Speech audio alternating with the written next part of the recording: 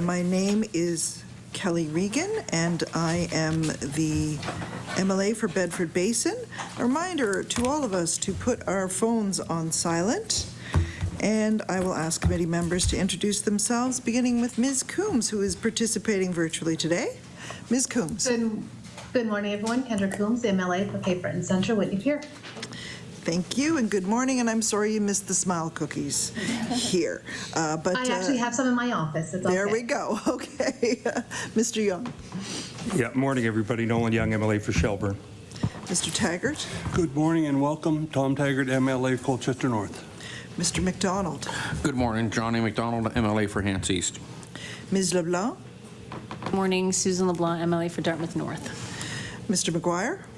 Good morning. Brendan McGuire, Halifax Atlantic. And Mr. Smith. Hello, everyone. Welcome. My name is Ken Smith. I'm the MLA for the Eastern Shore. And on today's agenda, we have officials with us from the Department of Municipal Affairs and Housing with respect to their most recent accountability report, business plan, financial statements, action plan, and affordable housing initiatives. I will ask the witnesses to introduce themselves, beginning with Deputy Minister Mr. LaFleche. Yeah, Paul LaFleche, Deputy Minister of Municipal Affairs and Housing, Seniors and Long-Term Care. And I'm just going to go my right and move the way over. So Ms. Menchenton. Pamela Menchenton. I'm the Executive Director of Client Services for the Nova Scotia Provincial Housing Agency. Mr. Ward. Brian Ward. I'm the Executive Director of Operations for the Nova Scotia Provincial Housing Agency. Monsieur Richard. Stephan Richard, Executive Director, Housing Solutions and Development. And Mr. Atherton. Good morning, everyone. I'm Andrew Atherton, Executive Director of Municipal Affairs. Deputy LaFleche, please make your opening remarks. Okay, and I've got a couple of pages here I'm going to just read. I apologize for that, but this morning I just took drops, so I'm operating on like 1.5 eyes right now.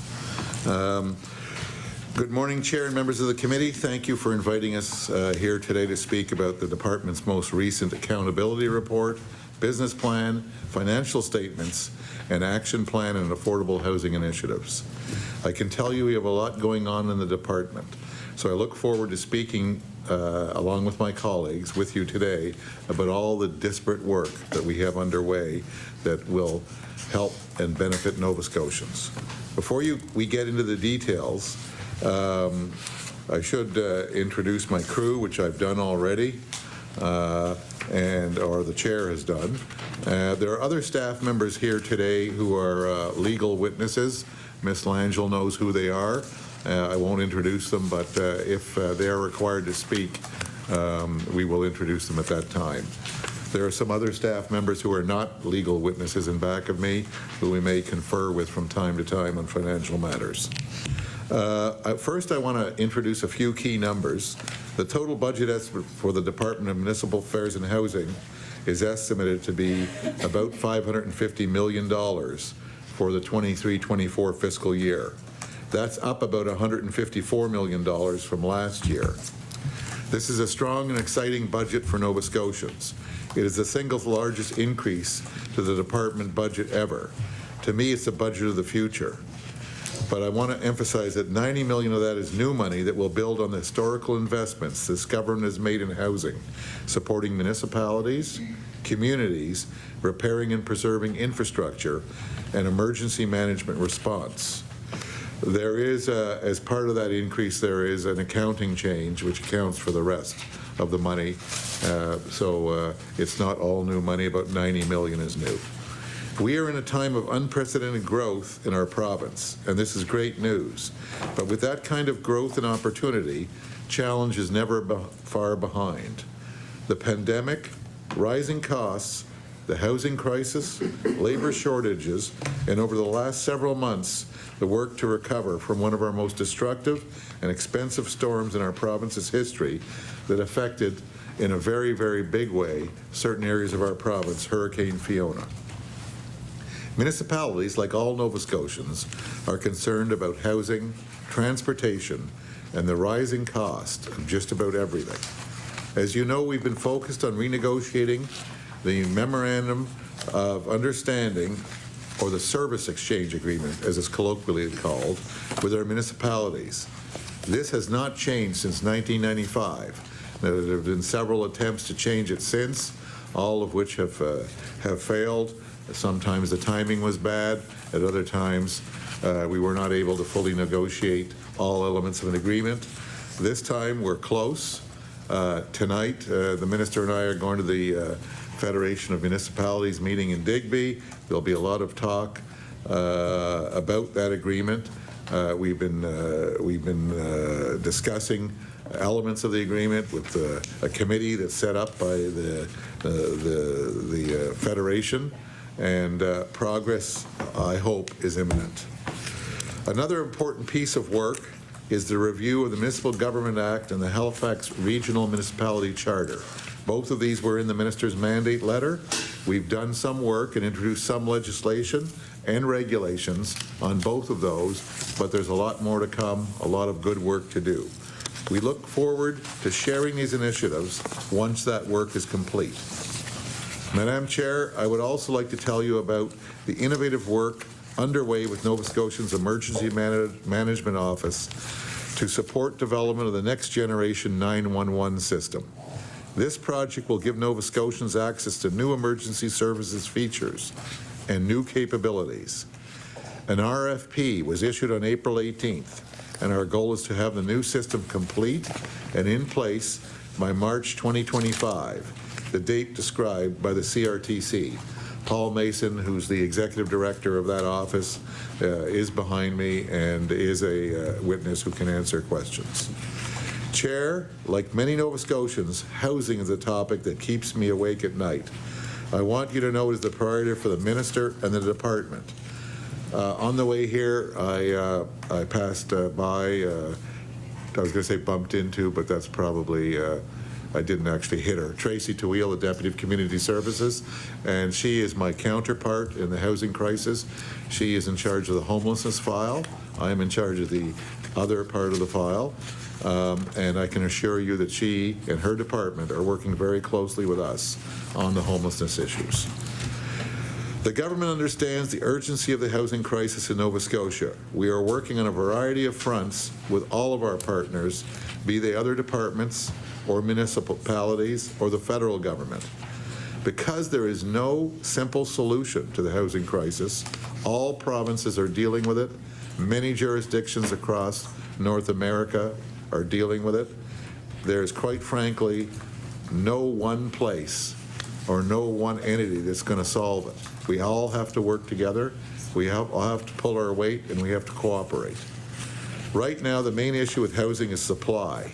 We need more of it, all types of housing, all the way from one end of the spectrum to the other.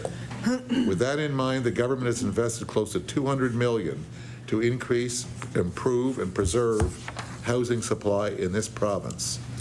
In the last few months alone, this government has invested more than $80 million in almost every region of the province to create more housing. This includes modular housing options for healthcare and skilled workers, more housing for students, temporary housing for people experiencing homelessness, funding to preserve, modernize, and improve existing affordable housing, public housing, and to grow the community and nonprofit sector. And from our provincial land inventory, we've identified 37 parcels of land that may be suitable for housing. Announcements on some of those are to come in the near future, and we've identified many more parcels which await approval before they're released. Just 2 weeks ago, on April 21st, we announced the province is providing Affordable Housing Association of Nova Scotia with 3.3 hectares of provincially owned land on Tremaine Crescent in Windsor. The proposed project will see the construction of up to 137 units in a high-demand area of the province, including 105 townhouses and units that will meet the needs of families, seniors, and people living with disabilities. This is the second project to come out of our Land for Housing initiative. Many more will come. The first was on Circassian Drive in Cole Harbour, which is slated to begin construction this fall. I am pleased to say we look forward to making more of these announcements in the not-too-distant future. Chair, I recognize bringing new supply online takes time. In some cases, people say we should have started years ago. But we do not have a crystal ball. Previous governments could not predict years ago that we would be in this place now. Otherwise, we would have started, I'm sure, years ago. We're doing all we can to move as quickly as possible. We are urgently working to get as many units built as quickly as possible, and hence we have to do things which in some cases are uncomfortable, as we have with the task force in Halifax. While we wait for homes to be built, we know we need to enhance other supports to help people with affordability. That's where rent supplements and our home repair and assistance programs have a role to play. We need to preserve the existing supply of affordable houses. We have a range of programs available in both of my departments to help landlords keep their affordable units in good repair and to keep seniors in their residences. Last year, we introduced the first provincial lending program designed to help nonprofits purchase existing rental units. The Community Housing Acquisition Program, CHAP, C-H-A-P, is the first of its kind in the country since the 1990s and has been recently recognized. Order. When we reach out, we indicate that you have 5 minutes to make opening remarks. You've now gone double that. So I'm just going to let you and all future deputy ministers coming before this committee know that they will be held to 5 minutes because it cuts into the time that our members have for questioning. So thank you very much. And if you have more that you would like to tell us, please, by all means, send a copy of your remarks to us and we'll be happy to read them. So we're going to begin with our first round of questioning. Each caucus has 20 minutes, and we will begin with the Liberal caucus. Mr. Maguire. Thank you, Madam Chair. So one of the things that was said in that speech, and one of the things that this government has touted is rent supplements, which in opposition they were completely against, and you can go back through Hansard and see that over and over and over. But one of the things that this government did was move the income threshold from 30% to 50%, and you know, basically knocking hundreds, if not thousands, of people off of the list. So I'm asking questions. I would appreciate short answers. What's the rationality besides what? No, not. We know what the rationality is because they said it costs too much to continue to stay at 30%. We know what the rationality is. So how many individuals were disqualified from the rent supplement list from going from 30% to 50%? Mr. LaFleche. Mr. Richard will take that question. Mr. Richard. Thank you for the question. I don't have the exact number of applicants that would have been rejected because they don't meet that the new threshold, but we can get that. Mr. Maguire. So I asked that be sent to the committee and for us to review. Were there individuals that had been waiting for a rent supplement for weeks, months, years that were disqualified from that list? Monsieur Richard. Okay, so I think it's important to clarify that anyone that had submitted an application before January 27th, when the change was made, would still be eligible based on the former rule of 30% of income. So if you submitted an application before the change was made, you would not be disqualified or rejected because of the change. Mr. Maguire. So I would argue that because we've had individuals rejected out of my office. We probably do as many applicants for rent supplements than just about anyone in HRM and in Nova Scotia. And we've had people rejected based on that. And I can, if you'd like, I can table that to the committee. How many individuals are going to be rejected based on that criteria? And does this department think that 50% of your income is an adequate number, is a fair number to spend on your rent? Mr. Richard? It's impossible to answer how many applicants will be rejected for the simple fact that some applicants may determine that they might no longer be eligible for the program and won't even apply in the first place. What I would say to anyone out there who may feel that they're spending more than 30% of income and might not be eligible would be to apply anyway, because not all income sources are recognized or would be captured as part of the review of the application. But we know that some people will not apply. So we can provide information in terms of what we've seen since January 27 in terms of the number of applications that we've received and number of applications that have been approved, or the number of applications that have been rejected.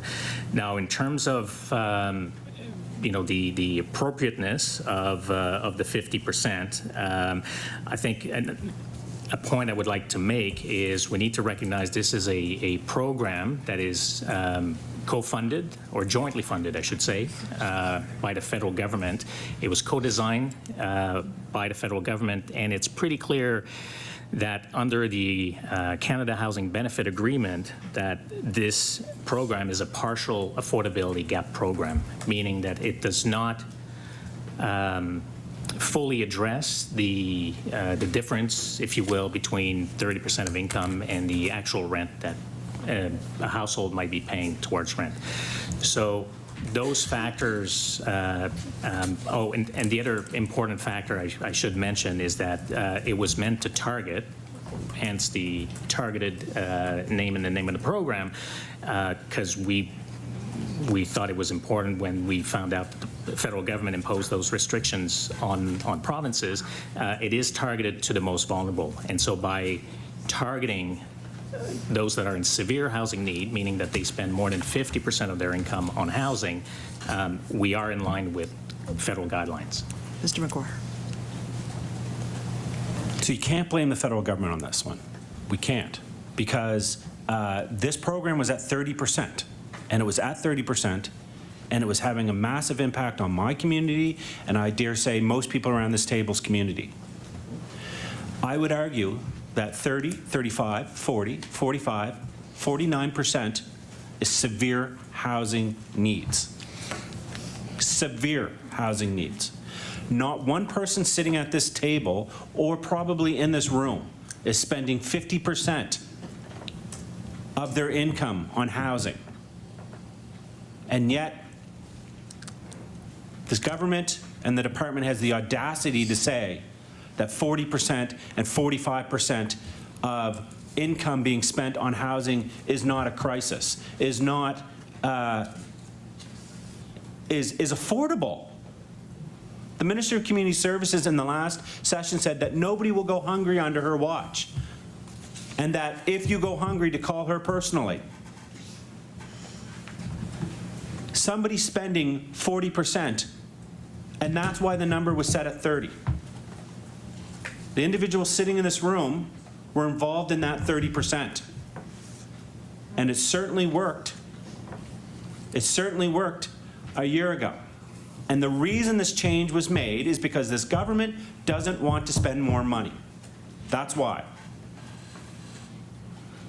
And in the recent budget, there was over $500 million of unallocated money sitting in that budget that could have been used for this. It's one thing to say that we're spending more money than ever, but I would argue that Nova Scotians are spending more money than ever on housing. There is now a wait list, and there's an article right now up on the CBC of over 1,000 people waiting for rent from this department and from this government. That's a two-part thing for me. The program is a success, and that's thank you to everyone in the department who had the foresight to create and work with the federal government on this program. But it also shows the desperation. And by changing 30 to 50%, what this government has done is fudge the numbers. to make themselves look good. The demand for the rental program has gone down. We're not getting the uptake that we used to get because we're solving the housing crisis. No, they're not solving the housing crisis. They're disqualifying people. And shame on them for doing that. So my question to this department and to the individuals, and directly to the deputy minister, is why do we have thousands of people waiting for this program? Why do we have thousands of people waiting that are going to end up homeless, that are going to end up on the street, that are going to end up couch surfing, that their children are going to miss out on programs and food and all kinds of different things? So my question to the deputy minister is, why are we waiting, and what are you doing to address the people waiting for this program? Mr. LaFleche. So I'll start, and then Mr. Richard will take over with some. Deputy on this one. We've increased this program in value since 2000. You decreased the program. Well, the figures that we have out of the budget estimates, unless they're wrong, I can check with my chap back here, Adam, are that the program in 1920 was 9.5 million and 2,500 people served, and that's forecast in 23-24, the recent budget, 52 million, so that's over 5 times as much, and 8,000 people served. So the program is in fact rapidly increasing. We've also made the program fully portable, so we're no longer giving rent supplements directly to landlords. We've made a lot of positive changes to the program, and what we intended to do with the change is target those in most desperate need, those who are at the 50%, who really need help now, versus those who may be at 30. And maybe we can only apologize for that type of decision, but we've got to get to those who are truly in need right now. Stephan? I'm fine. Mr. McGuire. So that was not the question. The question is, there is thousands of people waiting. It's being reported right now on the CBC, waiting for this program. What are you doing to address it so that they get this program, not months from now, not years from now, but today, tomorrow, and next week? And the question is to the Deputy Minister. Mr. LaFleche. So we'll double check. Obviously, the CBC would have some information, and there's a reporter here we can check with, but we have the wait list at about 1,000, not thousands. Okay, so what are we doing to address that? I think we're working through it. Mr. Richard? Mr. Richard. Thank you. So we do have additional investment in this year's budget to increase the number of rent supplements by about 1,000. 400 of them will be coming under a new agreement with the federal government to target families who are experiencing domestic violence. But 600 are through our regular program stream. We've already approved, I think it's about 71 in April, and we're looking at approximately 200 this month. The fact of the matter is we are still receiving upwards 400 applications every month. So this is, and to your point, there's a need out there. There's a housing crisis, as the deputy mentioned. Rent supplement is one tool that is available to us. There are other tools, but we know there's a need out there. So what we're doing is the program works on a first come, first served basis for eligible applicants, and so we've increased the staff, the number of staff that are available to process applications. So we've put in the resources, and we're working as fast as we can to approve applications. But the fact remains that there's still more demand than resources available. Mr. McGuire. So what I would say is, and again, this is not on the department, is that there isn't more demand than resources available. We have a government that is willing to spend money on everything, anything, anytime.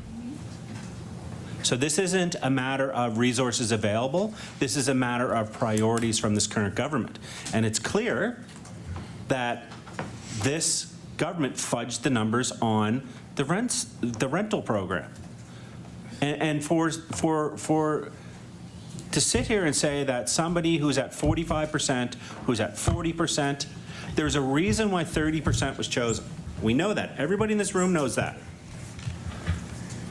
And again, I will say nobody in this room is paying 40%. Nobody in this room is paying 45%. Maybe some people, but very few people are paying 45%. And if they were, they would be in desperate housing. And yet, 45% was determined by this government that that's not a crisis level.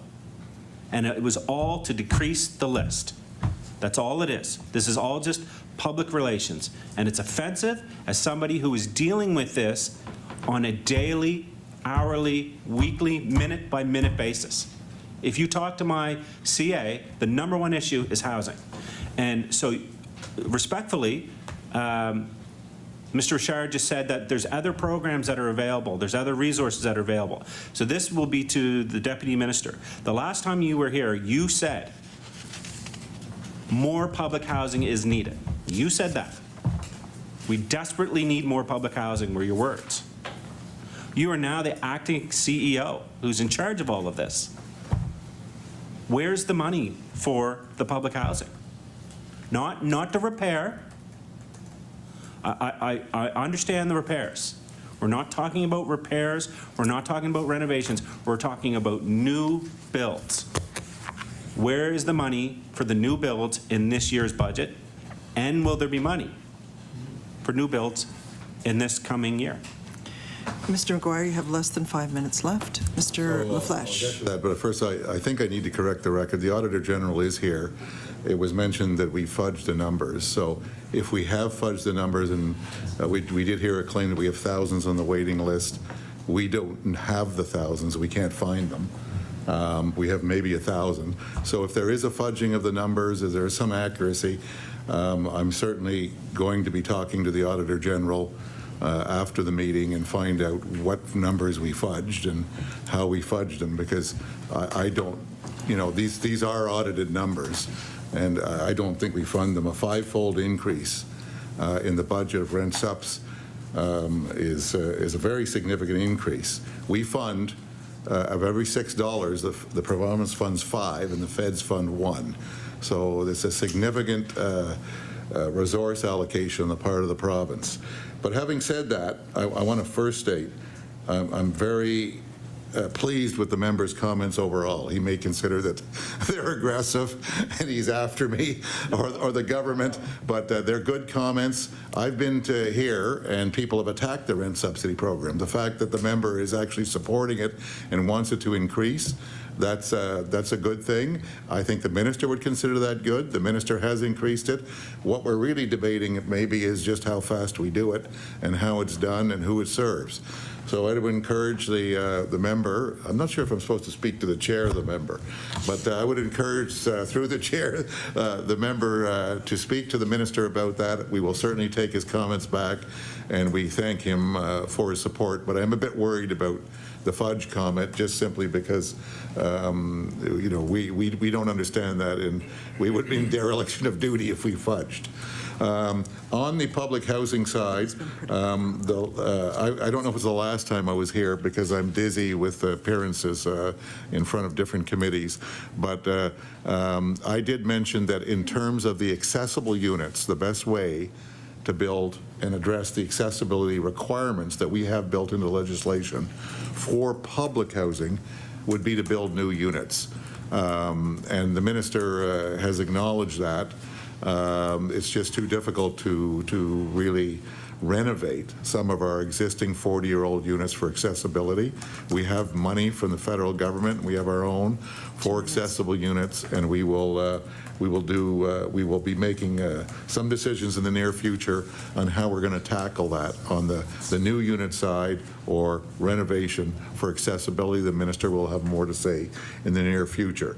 In terms of any other new public housing units, that will be part of a public housing strategy, which the minister is working on now, and he would have to deal with his colleagues on that, and he'll be coming forward in the near future, and I think several people in here understand that process. It was mentioned that you don't want to hear about repairs. I was getting Mr. Ward up to talk about repairs, but in view of your limited time, I will not bother you with that. But you know we're putting over $50 million in repairs. Mr. McGuire, 1 minute. Yeah, I mean, I think that the repair stuff is great. I am a big supporter of the rent subsidies, and so if I'm coming across aggressive, it's more frustration than aggression, because this is something that we're dealing with nonstop. I drive to work today, and there are tents everywhere, right? I know that this is the duty, the responsibility of different levels of government, but the truth is that this change to the rent subsidy has had a massive impact on individuals' lives. And it's very frustrating that we can't get the government members to see that. We can't get them to see that going from 30%, which there was a reason why it was 30% to 50%, only because they don't want to pay more money and spend more money on it, has an impact on housing, and has an impact on our healthcare system, has an impact on our justice system, has an impact on our community services, has an impact on all our systems. Order. Time for Liberal questioning has elapsed. We'll now move on to Ms. LeBlanc. Thank you very much. And I'm just going to continue with this discussion for a little bit. I think my colleague has asked already a bunch of the questions that I had, but I do want to echo what his experience in his constituency office. So I would wager that our offices are either neck and neck in terms of these applications, or Dartmouth North wins in the wrong way, in the bad way. But yes, no, these rent subsidies, and Mr. LaFleche talked about people attacking the rent subsidy program. That could have been me at one point, and I still, like, policy-wise, and on a very sort of broad level, I don't think that the best way to keep people housed is by giving public money to private landlords. I actually do think a better way is to invest heavily in public housing and in co-op and social housing and supportive housing, on all of those things. And I've said that millions of times, and I won't defend that position. But that being said, the rent subsidy for my constituents and people in my community is keeping people housed right now. And so therefore, I appreciate it, and I do appreciate that it's gone portable. That has changed things considerably. All of that being said, one of the questions I want to ask, so one of the nuances of the CBC article, is that in the last 6 months, so in the reports, the rent supplement data comes in 6-month chunks, and so in this past 6 months, the backlog is there was way more applications, way more dealt with, but the backlog remains at, I think the number is 1,016. But that, compared to the 6 months prior, is up, from 55. So I'm wondering if, Monsieur Richard, you can talk about why you think that difference has happened. Monsieur Richard? Thank you. Unfortunately, I haven't had a chance to look at or read the CBC story. I believe we provided numbers based on that 6. That's not how we keep track of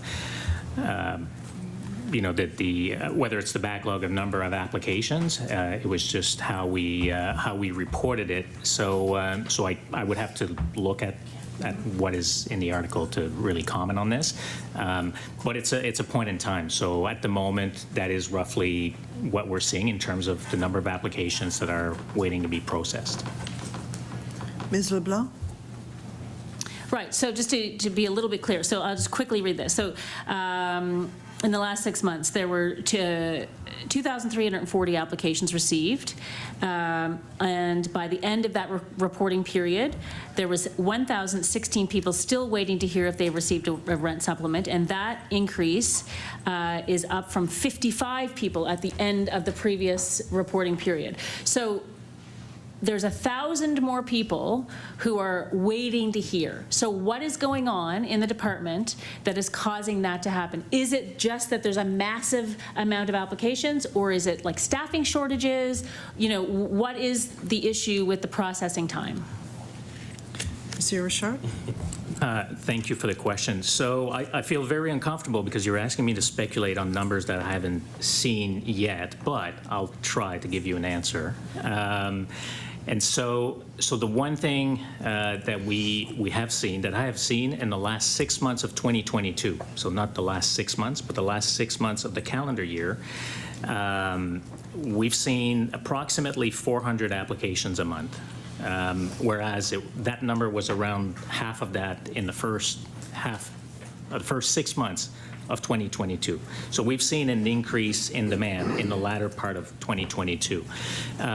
Government invested, just looking at my notes, approximately $6 million additional funding in 22-23 to help 2,000 additional households.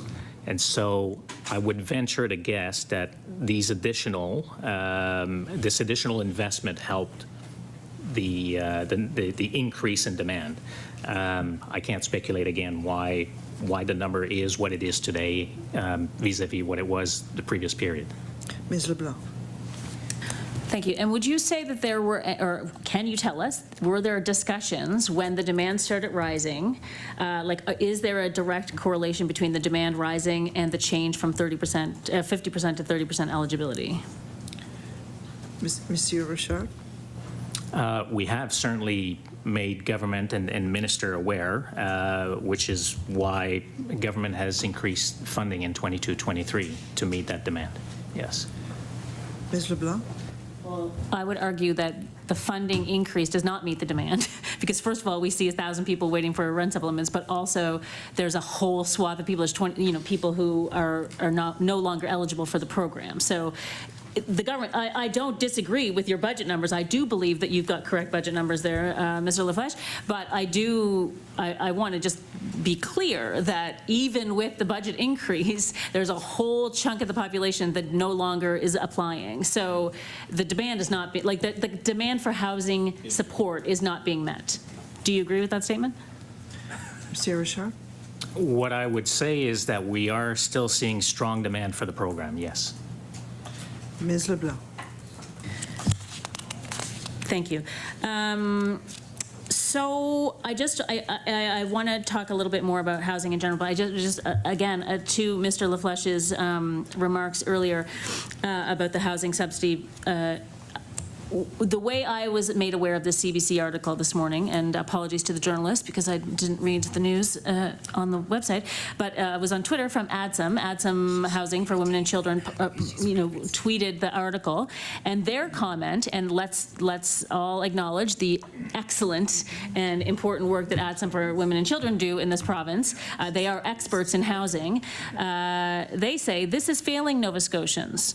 Offering rent supplements as a key response to the deepening housing crisis and making renters wait months and months to process applications for support. People are desperate and in crisis now. To be clear, we don't believe that rent subs alone are the fix. We need policies, leadership, and major and sustained investment to create thousands of truly affordable housing units across this province. So, yes? I will just ask that you table that? Table that. Yep. Okay, thank you. Sure. Speaking of housing units, so we're hearing these, these great announcements, and the minister or the deputy has said that we're going to hear more announcements coming. My question about that is, are we looking at creating thousands of affordable housing units? And when I say affordable, I mean, according to the generally accepted definition, that a unit is 30% of your income. So we know that we have lots of housing being built. I mean, in Dartmouth North, there's like 5 cranes in like my immediate house area. I can see 5 cranes in the sky, and that's great. But we're talking about affordable housing, because every time one of those buildings goes up and the rent is $2,000 a month on a fixed term lease, by the way, it's not serving the people that actually need the units. So how are we making sure that the units are actually affordable, that we are building affordable units that people can move into and know that their rent is geared to their income? He's going to want me to answer that. Mr. LaFleche. I think I touched off in my very excessively long speech, which I apologize for. You okay? Yeah, I'm good. Okay. that we're building, we need to build all across the spectrum. Okay, so affordable, yes, that's urgent. That's serving the needs of those in the most crisis right now. But we need to build across the whole spectrum for all the 1,050,000 Nova Scotians. So we're trying to do all sorts of housing, and you will find apartments for $2,000 a month that we've approved under the task force for a special planning area. You will find other construction done by the private sector that are at that price, but you'll also find many affordable, thousands of affordable units.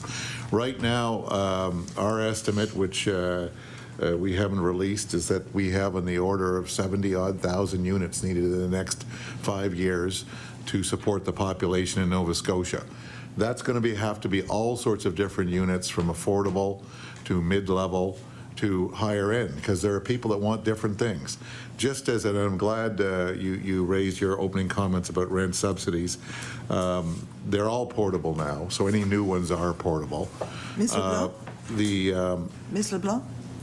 Thank you. I'm sorry. Respectfully, I have other questions that I want to ask, so I'm going to ask you to stop there. But I will say this, that yes, I agree, we need housing across the spectrum, but we, the government of Nova Scotia, doesn't have to build housing across the spectrum. We need to look after the people who are vulnerable. That is the purpose of government, is that the government money goes into government programs. So why are we spending government money on private landlords?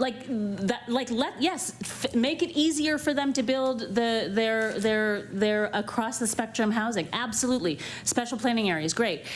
Awesome idea. You know, even let them build until 9 o'clock at night. That's controversial, but whatever. But it is not the government's job to build all those units. Yeah. It's maybe to facilitate the ease of those units, but not to build them. We need to build, and Mr. LaFleche, I would love to see, you've said that you know of thousands of affordable housing units. I would love the list of those and the plan for those to be tabled to this committee. Because if that's the case, then great, we don't have to talk about this anymore. We know that it's all coming, but I want to see the list. So I'm going to just change tack for a second. Recently, in estimates, we asked the minister about the growing issue of rents, the subsidies that were tied to landlords. So we talked about how everything is portable now, but there were some ones that were grandparented that are beginning to expire. So in exchange for large sums of public funds, some landlords have agreed to offer the housing at a reduced rate for a set period of time. But in our questioning and estimates, it did not appear that the department had planned for the expiry of the agreements and how to support the renters who are in those subsidized units. So talking about the ending of the old system. So I'm wondering if someone can provide an update to what's happening with those folks who are in those subsidized units and what discussions are taking place to figure out how to continue to support them. Mr. LaFleche? Yeah, so I think there are two different things there. One is the portability and non-portability of rent supplements. That's one issue. And we're out of non-portable rent supplements right now. We haven't given them out, I don't know how long, but quite a while. So they're all portable. The ones that are non-portable, I'll allow the phase out to be addressed by Mr. Richard. The other issue is some type of funding, and it could be in different ways, that over the last 30, 40 years was given to landlords to create affordability in apartments. And that may be, there's a complex history of that involving the federal and provincial government. Those are agreements which were made not before I was born, but before many people here were born, and they do expire, and we have to deal with the expiration of that, and I'll allow Mr. Richard to deal with that. I just want to point out there are two different things that were questioned there, very different. Mr. Richard. Thank you for the question. So what I could share with you is that right now, well, as of February 2023, it was around 29% of all of our rent supplements that are considered non-portable. So they're still attached to a landlord. So we are reviewing the program, and we are reviewing the program objectives and the outcomes of the non-portable, and we need to determine and decide what will be next step when these agreements expired. We have I believe three agreements with the federal government that are still in place that support these non-portable. So when they do expire, we'll have a plan in place, and government will decide if they want to continue as non-portable or convert or transfer these clients. I can tell you in the past, we have, in some cases, when there's an agreement expiring under our affordable housing program, for example, we have worked with landlords and tenants to switch or convert them to portable. So, so we're looking at all the options, and we'll make recommendations soon. Ms. LeBlanc. Great, thank you.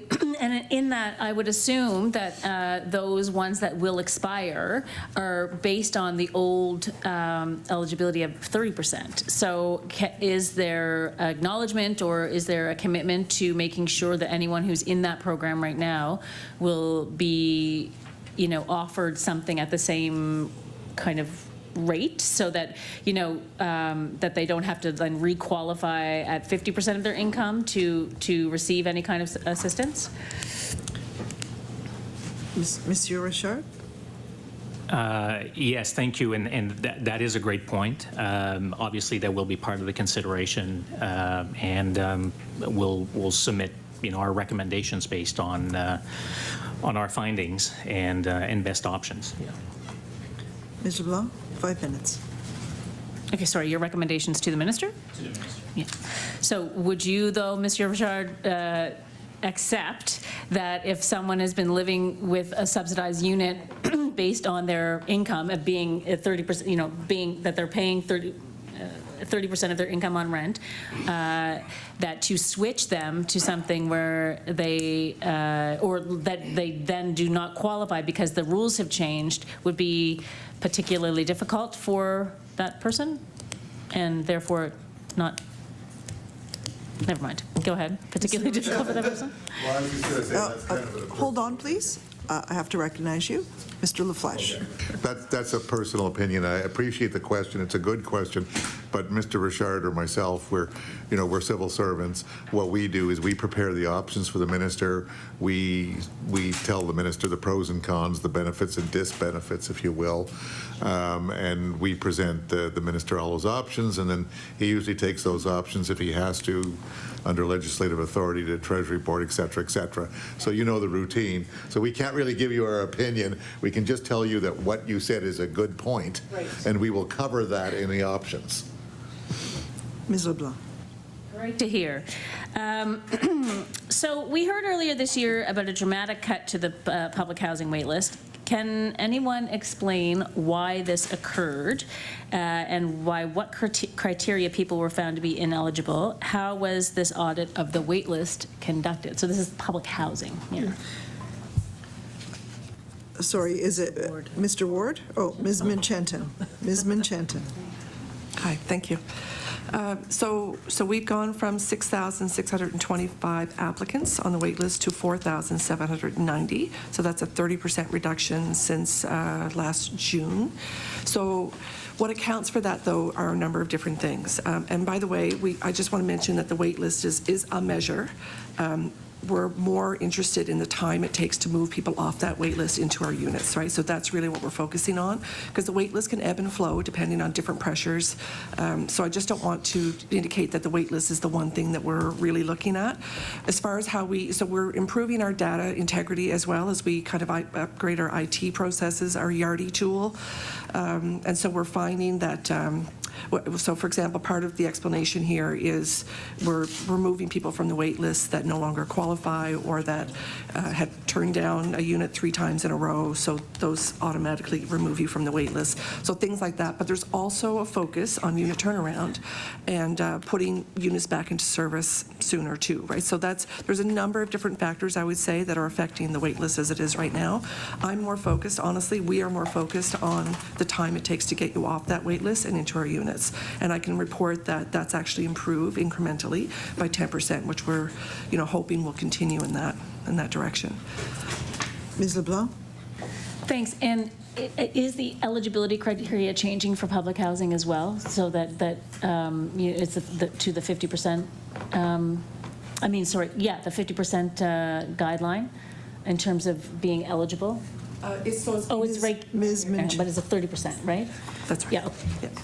Okay, thanks. Do I have time for one Ms. more? LeBlanc? Yeah, you have a minute. So in the Auditor General's report on housing, there was recommendation 1.2 was that the wait list and wait time information should be reported publicly, and the department's target date was this year or last. Any updates on that? Ms. Menchenton?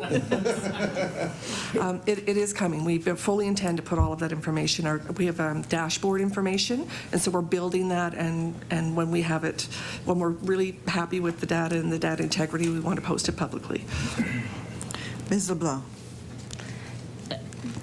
Approximate date and a definite commitment to doing it? There's a commitment to doing it. Ms. Menchenton? Oh, I'm so sorry. There's definitely a commitment to doing that. The date, I hesitate to share. Soon as we can get, we're certain with the data that we have and the data integrity, we'll have it up there. Ms. LeBlanc, 20 seconds. What about recommendation 1.14 to develop a consistent tenant appeal policy and process? Ms. Menchenton? We're in the process of doing that right now, and we aim to have something in place by the fall. Love to hear Ms. LeBlanc? also recommended that the department...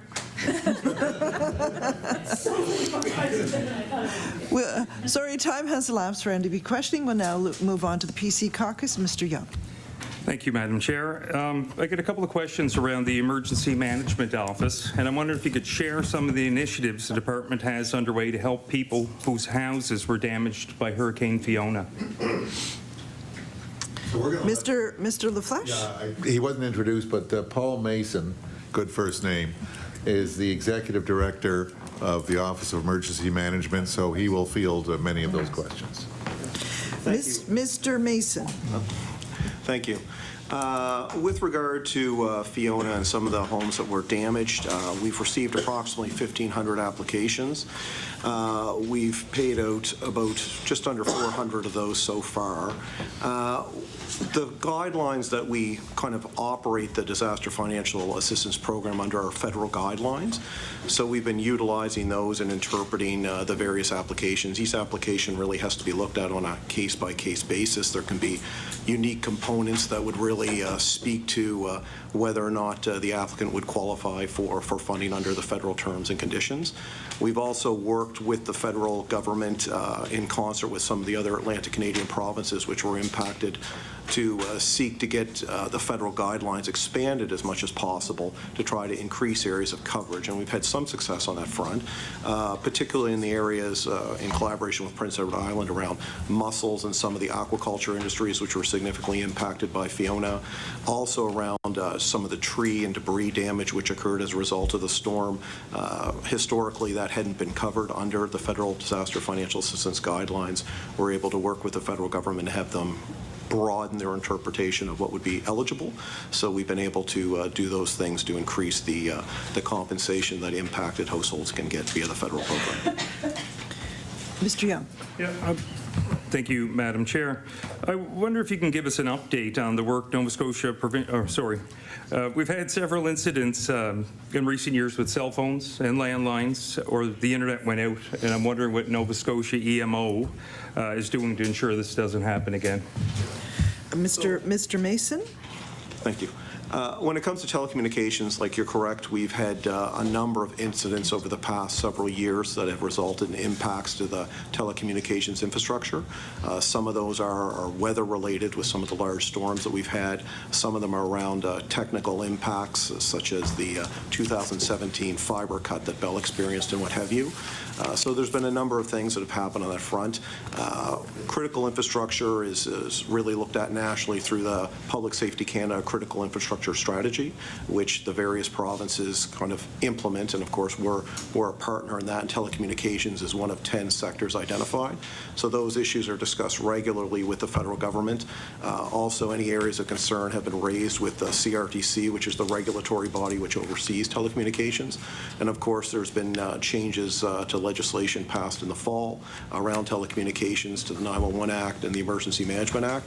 So we're currently looking at how regulations can be implemented that. We've had discussions with our partners federally and with the Canadian Wireless Telecommunications Association as well. Mr. Young? No, thank you so much. I'll pass to my colleague, MLA Smith. Mr. Smith? Thank you very much, Madam Chair. My questions are going to come back to the Provincial Housing Agency. I will direct a couple of them, I think, to Deputy LaFleche and let him deflect them to those who might be able to answer a little bit better. So with respect to the Provincial Housing Agency, I'm wondering if you can give an update on the status of the agency. I'm also looking to know if we can get some information on what the department expects from this agency and why it was necessary to create it. Deputy LaFleche? Yes, thank you. So prior to this, and I don't know how long this existed, we had 5 regional housing authorities. The authorities had these authorities or boards, I'll call them, which were really in charge of placements. They weren't really in charge of the governance of the structure. And we wanted to have a corporation where there would be true governance. It's accountable to the minister answers in the legislature for it. The minister has to assign and approve business plans, annual reports. There would be a CEO. And it was created in line with the other 2 agencies, Invest Nova Scotia and Build Nova Scotia. All 3 were created with a similar model of an advisory board, which would advise the minister, but the governance would remain under the minister. So the people of Nova Scotia are responsible. The minister is responsible to them, and there is true accountability through the minister and the legislature to the people.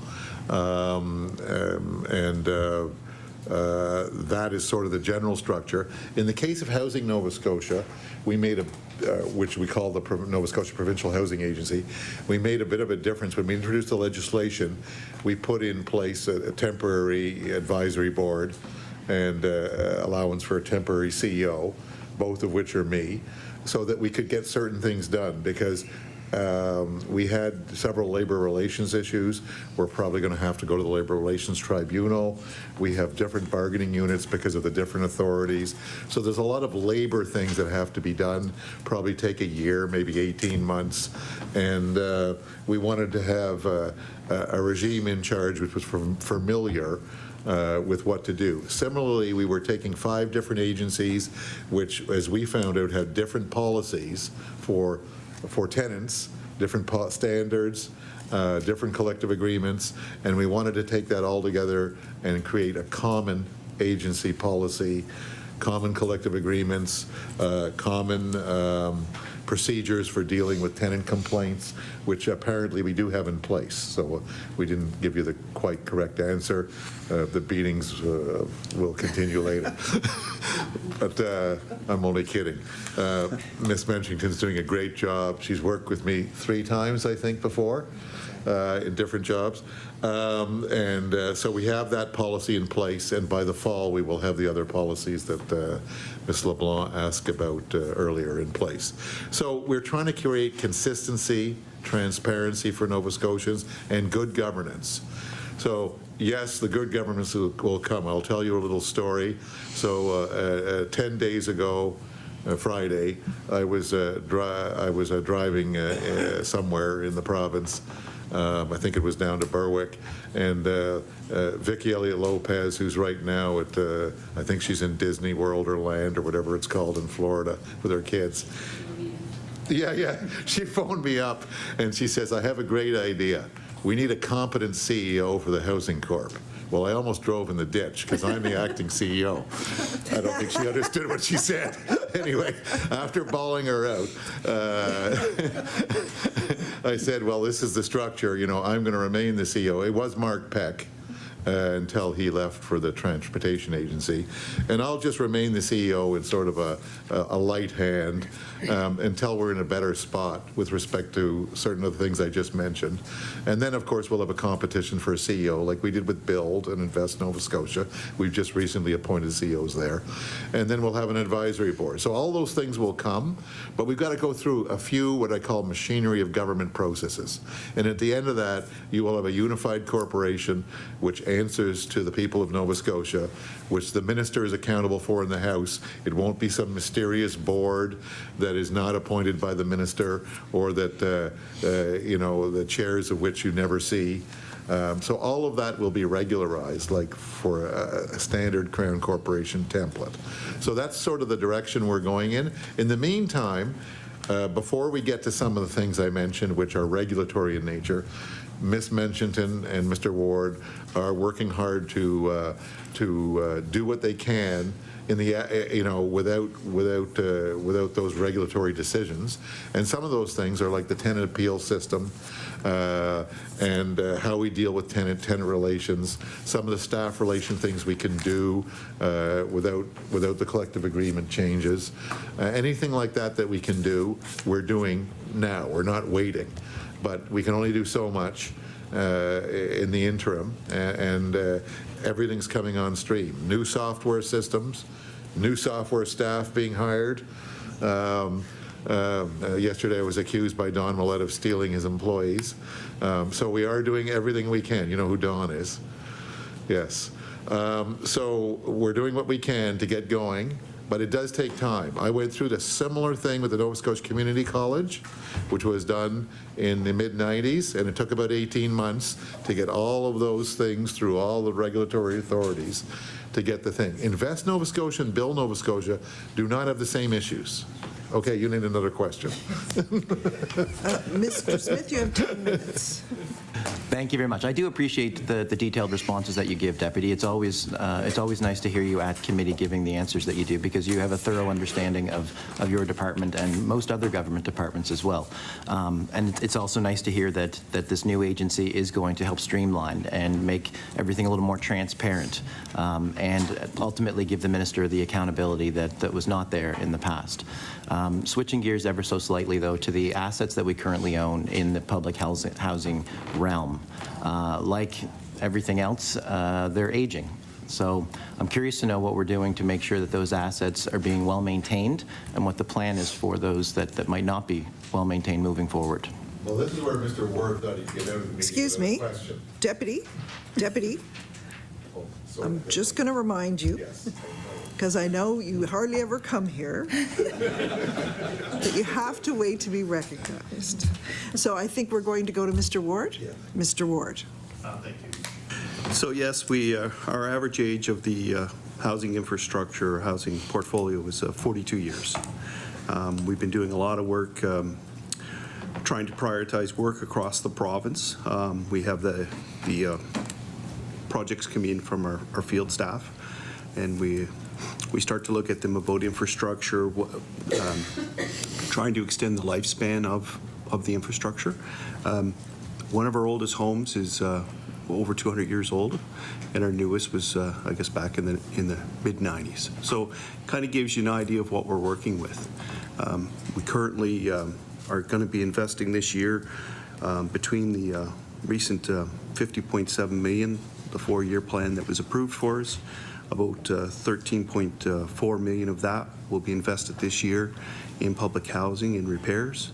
We had another $5.7 million on a program of TCA, and we'll also be adding some of our operational funding. So this year we have a planned portfolio project of $56 million is what we're focusing on, getting ready to tender, and it's all across the province, from one end of the province to the other. So we have a substantial amount of work that's out there, and we've been meeting with the minister and going through that now with him. Mr. Smith. Thank you. I think that'll wrap up my questions for now. I'll turn it back over to the other side of the table. To my Mr. team. Taggart. Thank you, Chair, and I'll pose my question to Deputy LaFleche, and he can direct it wherever he wants. But I want to shift gears a little bit to municipalities, and when I reviewed the AG's report, there was some comments in there about does the department track year-over-year business planning and accountability reporting for municipalities. And as you know, I've got a little bit of history in municipalities and have a fair understanding of it. And you know, on the other side of the table, when I was there, of course, we wanted money from the government. We just didn't want, or the provincial government, we just didn't want the provincial government to tell us how to spend it. But anyway, and I don't suspect things have changed a lot. There's been a lot in the news over the last while about municipalities and budget discussions and that sort of thing. And so I viewed the, I think it was called the financial indicators as kind of accounting. I'm just wondering if somebody could give me a rundown of that so I understand how it is now. And Deputy LaFleche? Yeah, so Ms. Doucette is in the back of the room, but I don't think she's a licensed speaker. So is that correct? She's a licensed speaker? So I'll ask Andrew, do you want her to take it or you? You did? Do you want me to? Okay. Mr. Atherton? So first of all, thank you. It's nice to be able to get a chance to speak here. It's nice to be back. Many of you have seen me in the past, so it's nice, and I appreciate Rebecca allowing me to speak to this. So we collect a lot of information from the municipalities. You think I have a hard time saying it? I still can't type it, and it's every third word. So we collect financial information returns from them is where we start the process. It includes a bunch of information, audited financial statements, internal control letters for various things. We're working with them through that process. As they're doing that, they're starting to prepare their financial condition indicators, the FCIs, which I think is what you're referring to. So they're working on those. They're preparing those. They're back and forth with our staff. Before they submit that to us, the FCIs have to go through their audit committee to make sure everybody on council, that everybody knows what's going on. Then they'll submit those reports to our office. The team will work through them. We'll work with the municipalities back and forth. Ultimately, once we've settled on the financial information return information, we settle the financial condition indicators, and then we put together the house. You're probably familiar with the house.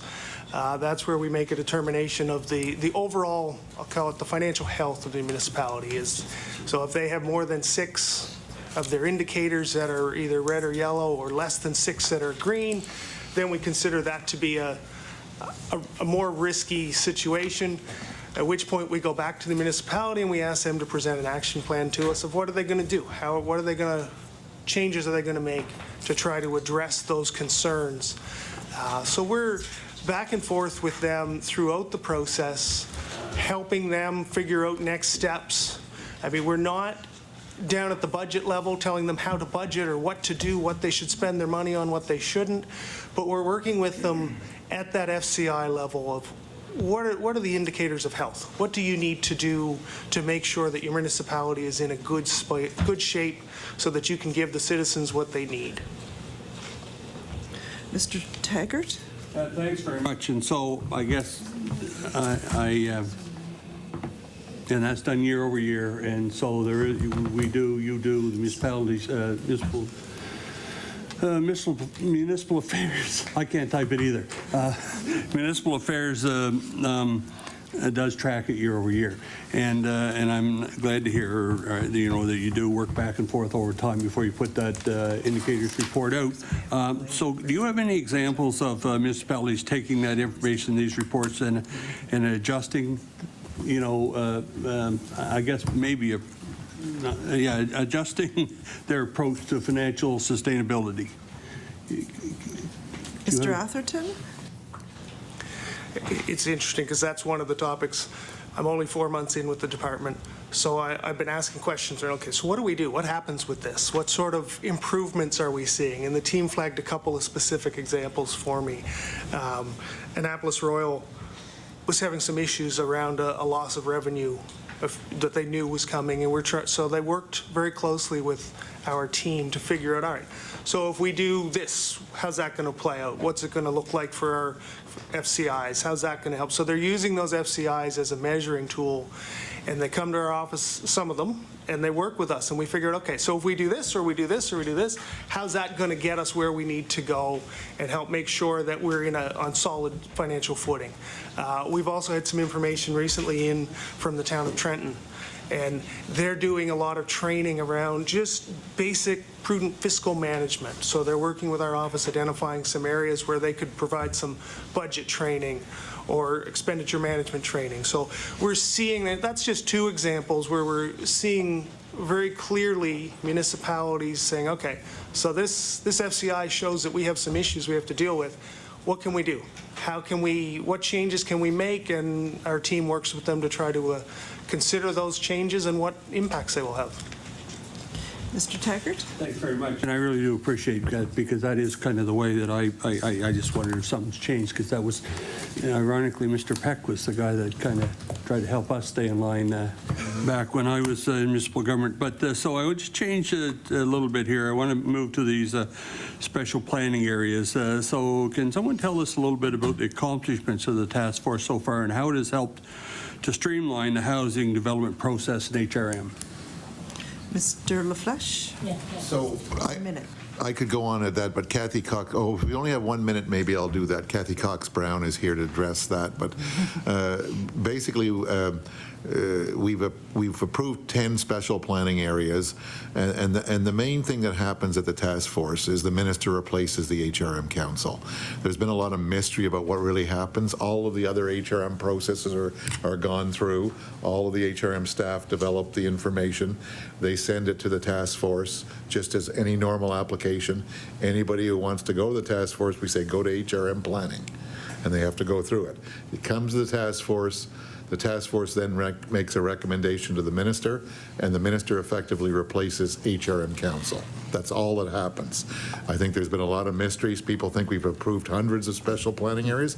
We've approved 10 ones, which are important. Order. Time for PC questioning has elapsed. We'll now move on to the second round. Each caucus will have 5 minutes, beginning with the Liberal caucus. Mr. McGuire. Thank you, Madam Chair, and I'll be quick.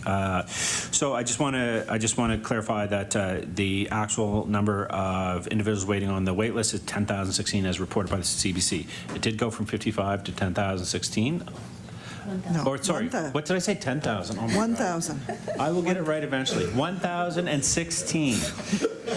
Okay. But one of the things that was said today on the radio, and I just called my office and verified this, was the wait time for these to be processed. So on CBC radio today, it said 3 to 4 months. I called my CA Kelly. I said, how long is it taking? And she said, well, we put ones in January. They got an approval May 1st. They still haven't got their money, and they've been told it's going to take weeks until the money's in the bank. So it is taking 4 months. It is actually taking 4 months. And I said, is that an outlier, or is that actually, and she said, no. She said, that's how long it's taking. So my question is quickly, because I only have 5 minutes, what does the Department of Housing expect those people to do in those 4 months while they're waiting for their rent subsidy? Deputy LaFleche. So thank you for that correction. Yeah, Miss Seguin is in the back of the room, actually, so I did want to bring that up. So thank you for bringing it up, that she wrote a great article. The only thing I'm going to suggest to her is that she get a better picture of Minister Lohr. He's much better looking today than in the photo. So with that, Stephan will answer the question. Monsieur Richard. Yeah, the wait times for approval has gone up as we've seen a significant increase in the number of applications that come in. We did proceed with hiring temporary staff to help us clear the backlog, and we're in the process of hiring, I believe it's 8 new staff to help us kind of accelerate the process. As part of our program review, we did look at our delivery process. One of the feedback that we received from the clients and stakeholders that we talked to during this process was really communications as well. So we're aware that while people are waiting, getting accurate and timely information is critical. So we're addressing that issue, but we are in a better place. This, I realize, does not bring comfort to the people that are waiting, but we are addressing and approving applications as quickly as we can. Mr. McGuire. So again, this isn't to blame the actual people working in the department. It's very clear that this department is underfunded, that it's understaffed, and it's under-resourced. to hire temporary employees to deal with the backlog is like putting a Band-Aid on a gaping wound. This isn't going to slow down. It's not going to slow down. We're going to continue to have people looking for rent subsidies. And so I would argue that it is the job of the Deputy Minister and the department to advocate for more staffing, more resources, and the proper bodies on the ground to ensure that people aren't waiting 4 months. The question wasn't answered, so I'm going to tell you what happens when people are waiting for the rent subsidies, because we deal with it every day. Department of Community Services says, even though the minister said no one's going to go hungry under her watch, they say, send them to a shelter. Good, try to go to a shelter. You can't go to a shelter. And I would argue that it's probably not the best place for children and individuals to be. It should be the last resources. So we call the shelters. The shelters say the same thing. We're full. There's no room here at the inn. So where do they end up? They end up on the street, or they end up in couch surfing. Or in some cases, their children get removed from the home because they can't properly house them. So this isn't just about the rent subsidies. This is about getting the resources for this department. And it is abundantly clear to me that you guys are now on the front line and have been on the front line, and you do not have the resources to properly get these rent subsidies out in time. A 4-month turnaround is you wouldn't wait 4 months for anything. If I put my car into the shop and they said it's going to take 4 months, guess what? You're never going to that shop again. If I went to a restaurant and it took an hour, I would never go back to that restaurant again. But to give people the basic dignity and roof over their head, it takes 4 months. Order. Time for Liberal questioning has elapsed. We'll now move on to the NDP and Ms. LeBlanc. Thank you very much. So I just wanted to clarify with Ms. Menchenton about the recommendation to develop a consistent tenant appeal policy. Ms. Menchenton? Yeah, thank you. I wanted to correct myself. I got excited when you said tenant and I heard tenant engagement. So that is in fact coming in the fall. The appeals process is online now and has been for about 2 months. Ms. LeBlanc? Thanks. I'm also wondering, in the same report, there was a recommendation of that the department investigate conflict of interest among staff. Does the department know now how many of its employees are currently landlords in receipt of public funds? And what about public servants at large? Mr. LaFleche. So the question is how many are landlords, or how many are landlords in receipt of public funds? We don't know how many are landlords, and we'll probably never know because that's something that's maybe a privacy issue. How many are in receipt of public funds? We think we know, but I would never guarantee that because we're always discovering new things. We cannot deal with numbered companies and other things that people can hide under, but maybe I'll allow Pam to have a go at where we think we are. Ms. Menchenton? So I'm very pleased to say that since we were here the last time and talked about conflict of interest, so we have 100% compliance as far as people filling out the conflict of interest forms and any mitigation forms that they needed to fill out.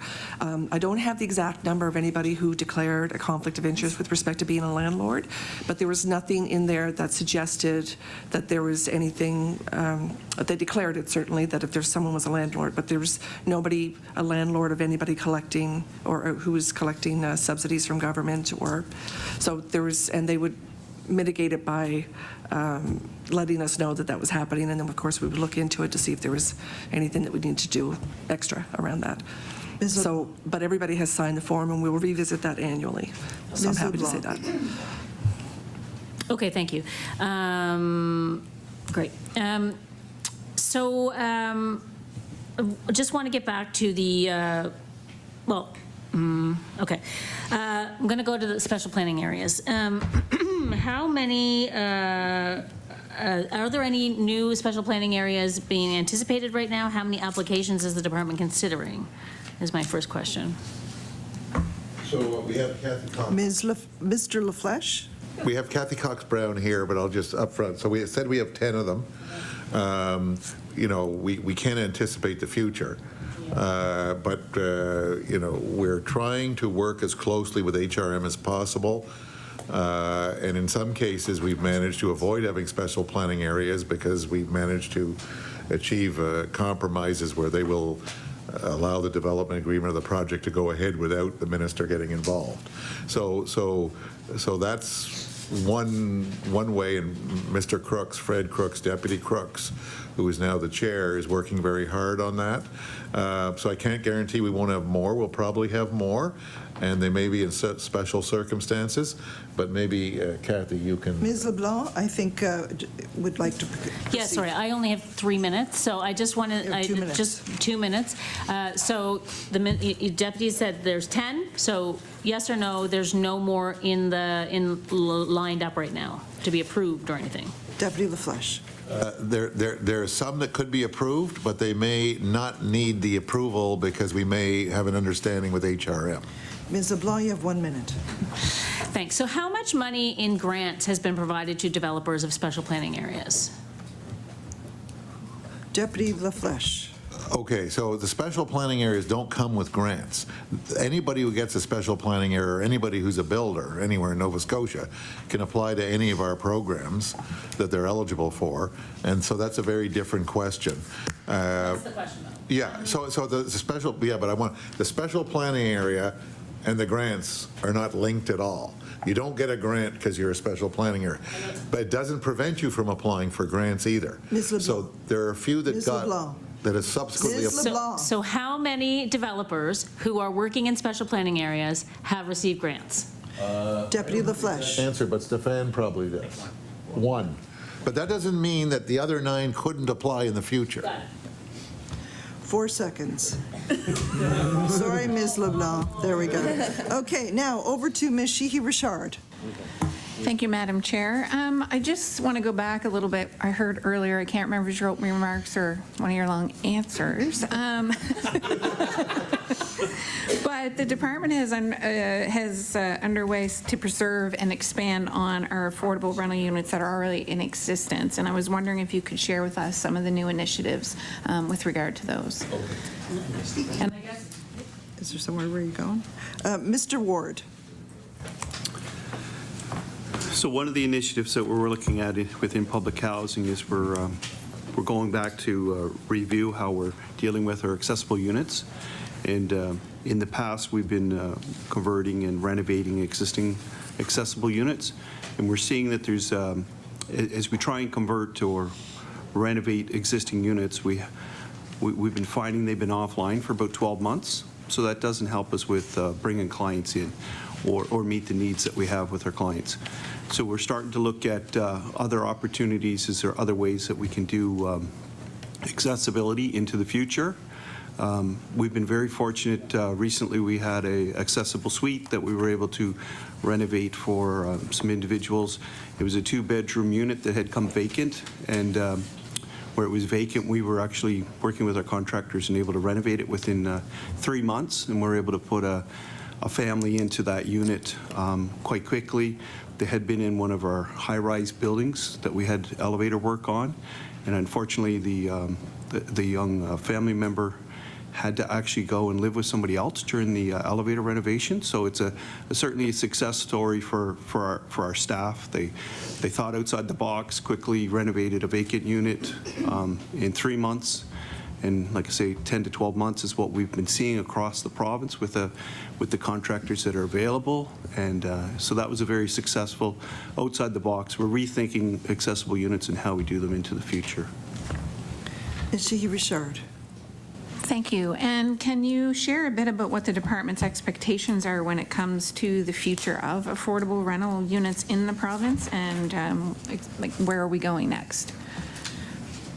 Deputy LaFleche. Okay, so affordable could be public housing, or it could be non-public housing. It could be things we do in the private sector. So we want everybody to have affordable housing, right? That's the goal in life here, and that's the government's goal. So we're doing everything we can across the spectrum, whether it be public housing, whether it be through rent subsidies, whether it be working with builders to see how they can build more cost effectively. And that's an important thing, because with the price of materials gone up, the price of labor, the price of land, builders are being squeezed. So I'm looking at Mr. Taggart, because he's always after me on the land for housing issue. And you had an announcement recently, Ms. Richard, in your area, and there'll be several others coming. So that if we can, give land at a preferential value to lower the cost of the development, we're buying affordability. That's the deal. And so anything we can do to buy affordability, we will.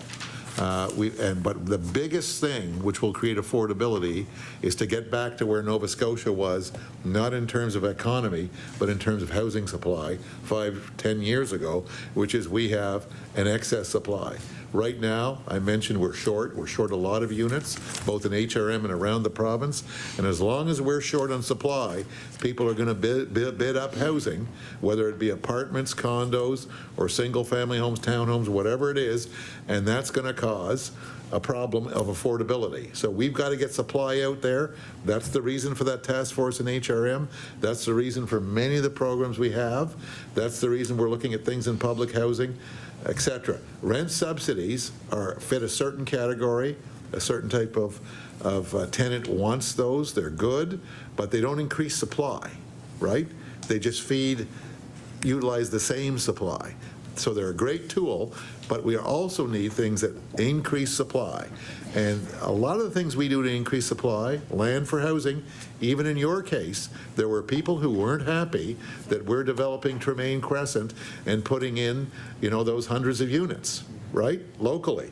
And so you may have taken a bit of a hit on that, but and as well as your municipal councillors. So these are the things we have to do, and we just have to increase that supply, or we're not going to address this issue. 10 seconds, Ms. Sheehy Richard. Thank you for that. I am excited to see that project move forward, for sure.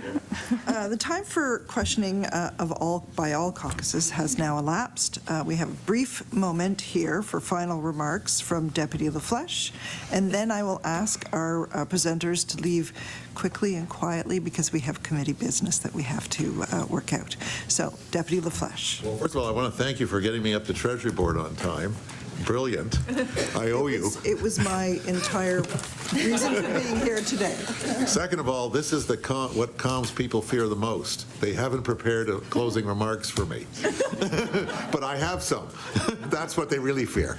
And I just want to point out a couple of things. One is, we mentioned budget. Well, we had a 38% increase in the department on our budget year over year, the highest in government. And my colleagues are very enviable, but what they're also enviable of is that the second highest increase was in my other department, seniors and long-term care, which is part of the solution.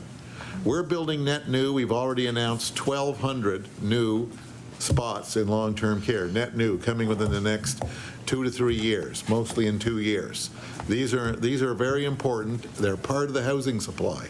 The other side of the housing supply we don't mention a lot, which is affordable, is student housing.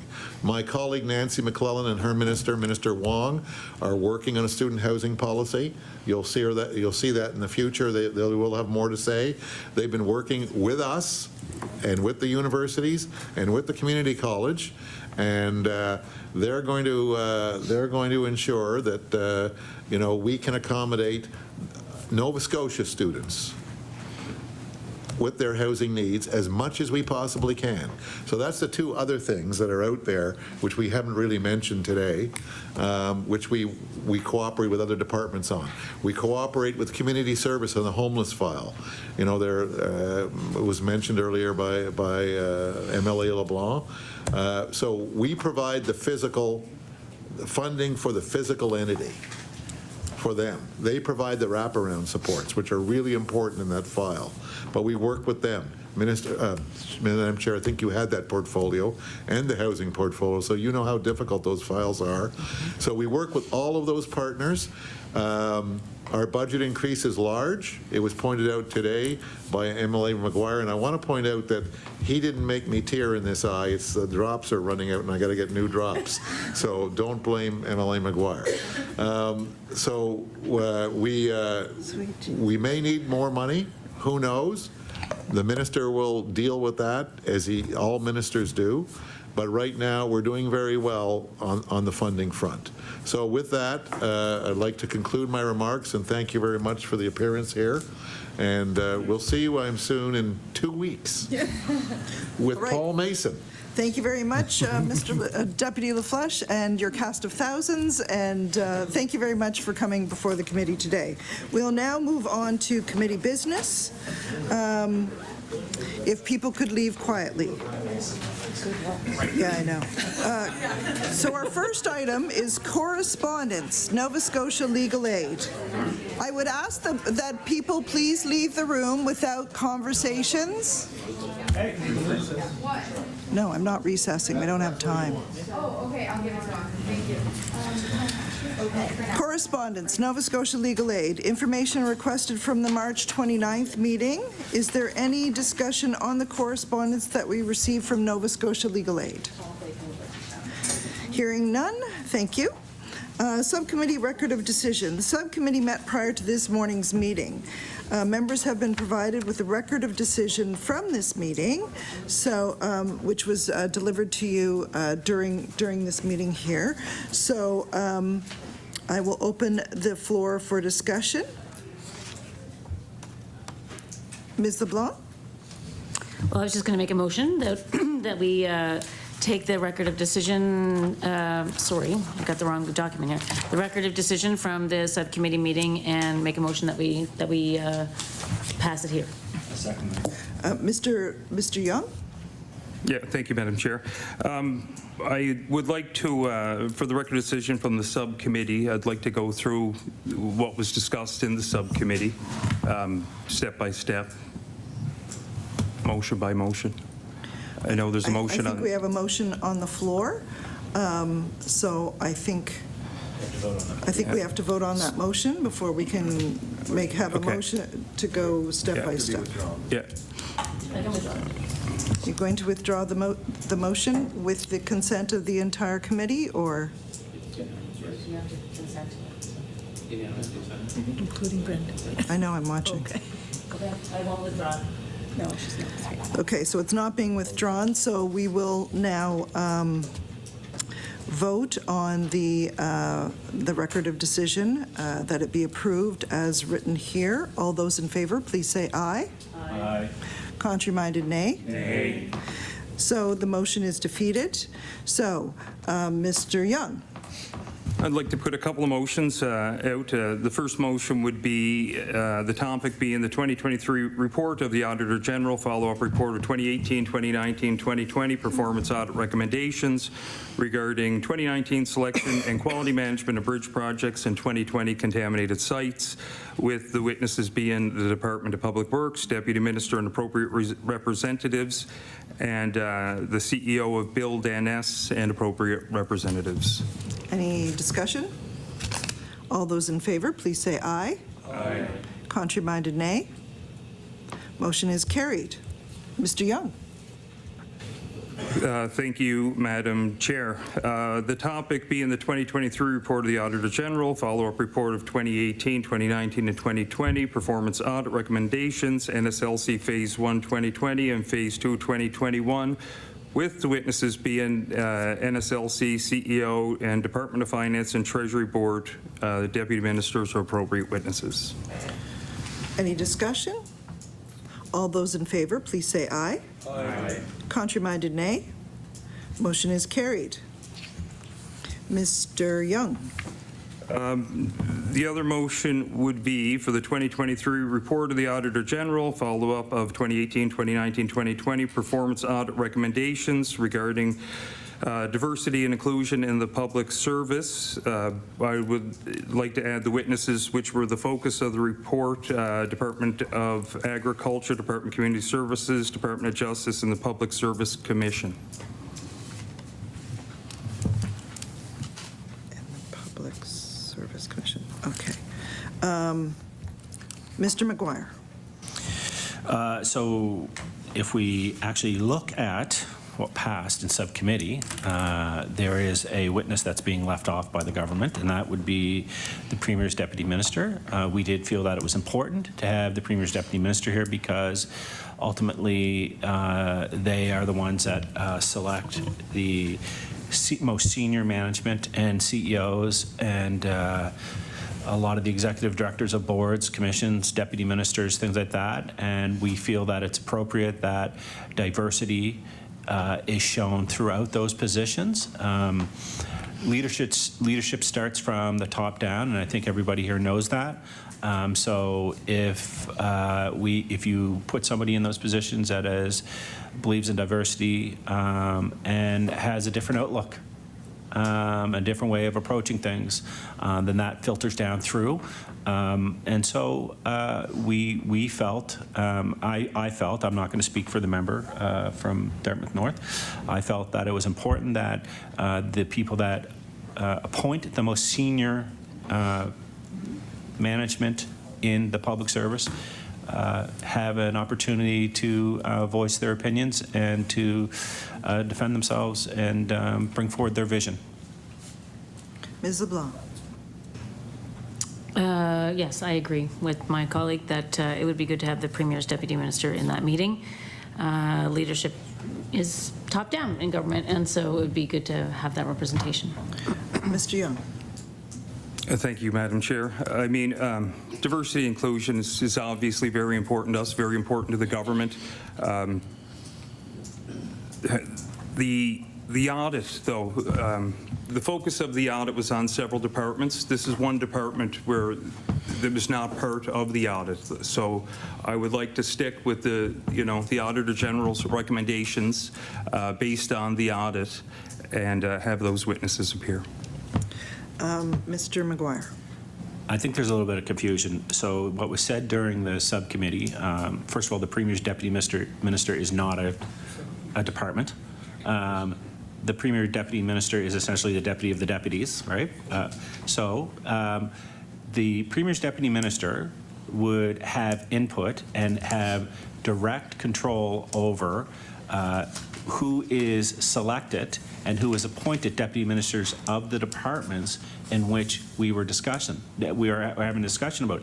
That was said in subcommittee. That was actually agreed. If I could, I'm not finished. just a point of order here. No, I'm not familiar with this, but I think it's a point of order. Mr. Taggart. I thought the subcommittee meetings were in camera. And if they are in camera, why are we quoting what was said in that meeting? Okay. Thank you. Mr. McGuire. So I feel that that individual is the one that, I don't feel, I know, that individual is the one that is appointing and helping select deputy ministers. They're the ones that are helping select CEOs and for the actual departments that we're bringing in. So if we want to have a discussion around diversity and inclusion, then we need to have everybody at the table. That is part of that process. I think if we asked the Auditor General, she would agree that individual, it's important that that individual come before the committee. And listen, if the member and the government feels that it's not important to ask that person questions, they don't have to ask that person questions. You don't have to. You can completely ignore the person on that witness.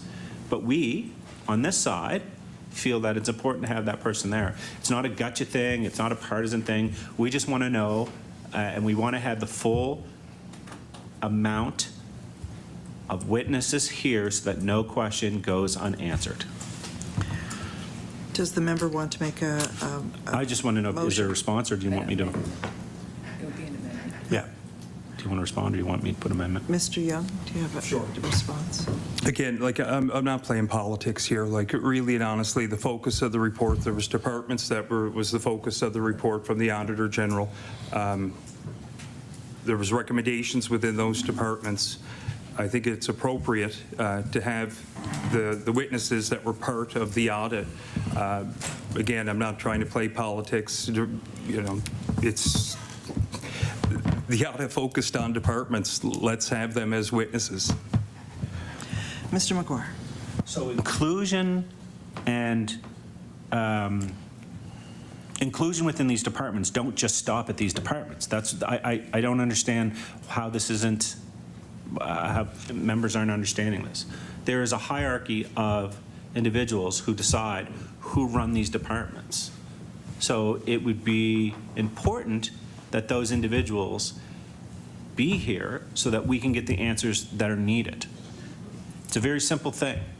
And so nobody's trying to play whatever, but we don't want to sit here and say, why was this deputy minister selected, or why was this CEO selected, and those individuals who have those jobs not be able to answer it or feel like they're in some kind of conflict.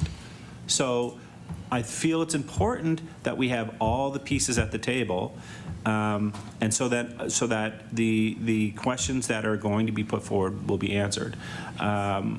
So I would like to put an amendment forward that as we see on this piece of paper that everybody has, one of the witnesses agreed upon in the subcommittee was the Premier's deputy minister.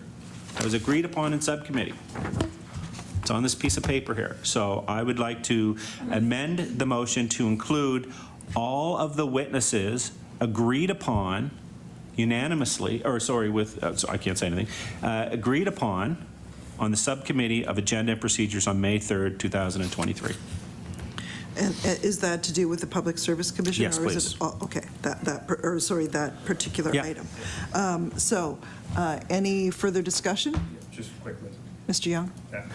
Respectfully, will not support this motion. We will support the recommendations of the Auditor General. Mr. McGuire? So, I mean, I guess my question to the member would be, why would you not support what came out of subcommittee? That's fine. I'm going to call the question. I'm going to call the question. All those in favor of the amendment, and we'll have a recorded vote.